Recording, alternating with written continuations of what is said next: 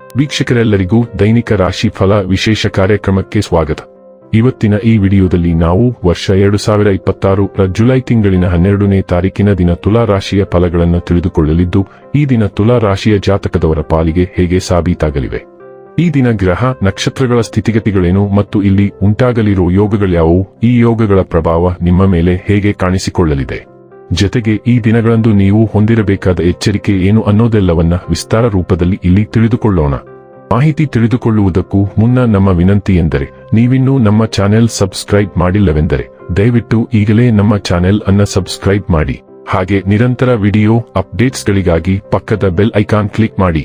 ವೀಕ್ಷಕರೇ, ದೈನಿಕ ರಾಶಿ ಫಲಗಳನ್ನ ತಿಳಿದುಕೊಳ್ಳುವುದಕ್ಕೂ ಮುನ್ನ ಈ ದಿನ ಗ್ರಹ ನಕ್ಷತ್ರ ತಿಥಿಗಳ ಮಾಹಿತಿ ಮತ್ತು ಯೋಗಗಳ ಕುರಿತು ನೋಡೋಣ. ಈ ದಿನವು ಭಾನುವಾರದ ದಿನವಾಗಿರಲಿದ್ದು, ಜ್ಯೇಷ್ಠ ಮಾಸದ ಕೃಷ್ಣ ಪಕ್ಷದ ತ್ರಯೋದಶಿಯ ತಿಥಿ ಇರಲಿದೆ. ತ್ರಯೋದಶಿ ತಿಥಿಯು ಈ ದಿನ ರಾತ್ರಿಯ 10:29 ಇರಲಿದ್ದು, ನಂತರದಲ್ಲಿ ಚತುರ್ದಶಿ ತಿಥಿ ಪ್ರಾರಂಭವಾಗಲಿದೆ.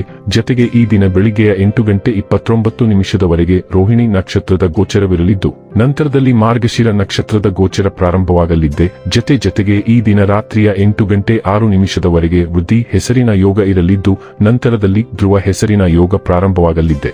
ಇನ್ನು ಈ ದಿನ ಚಂದ್ರದೇವನು ಸಂಜೆಯ 7:06 ವೃಷಭ ರಾಶಿಯಲ್ಲಿ, ನಂತರದಲ್ಲಿ ಮಿಥುನ ರಾಶಿಯಲ್ಲಿ ಗೋಚರಿಸಲಿದೆ. ಅದೇ ಸೂರ್ಯದೇವನು ಈ ದಿನ ಮಿಥುನ ರಾಶಿಯಲ್ಲಿ ಗೋಚರಿಸಲಿದ್ದಾನೆ.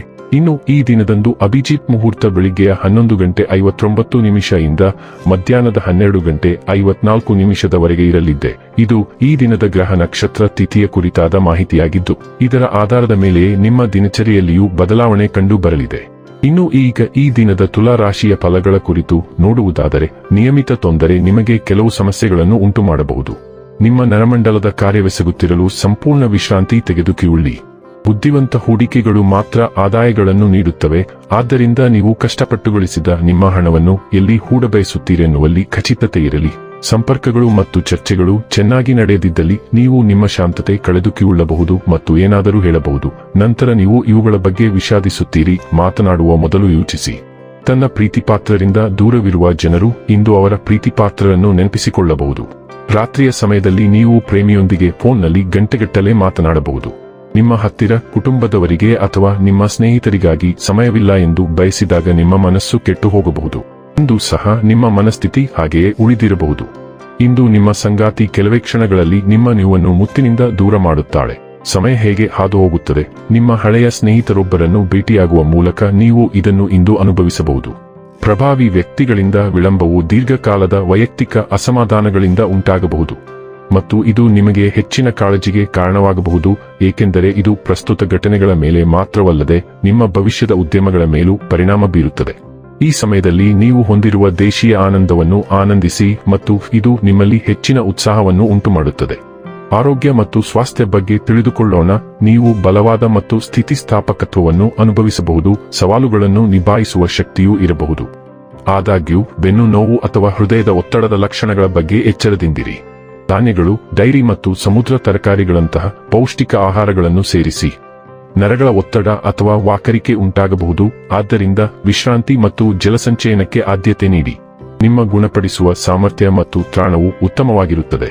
ಡೈಲಿ ಲವ್ ಮತ್ತು ರಿಲೇಶನ್ಶಿಪ್ ಬಗ್ಗೆ ತಿಳಿದುಕೊಳ್ಳೋಣ. ಕಠಿಣ ತರಬೇತಿ ವೇಳಾಪಟ್ಟಿಯನ್ನು ಅನುಸರಿಸುತ್ತಿದ್ದರೂ ಸಹ ನಿಮ್ಮ ಆತ್ಮ ಸಂಗಾತಿಯನ್ನು ಮೆಚ್ಚಿಸಲು ಅವಕಾಶಗಳನ್ನು ಹುಡುಕುವುದು ಒಳ್ಳೆಯದು.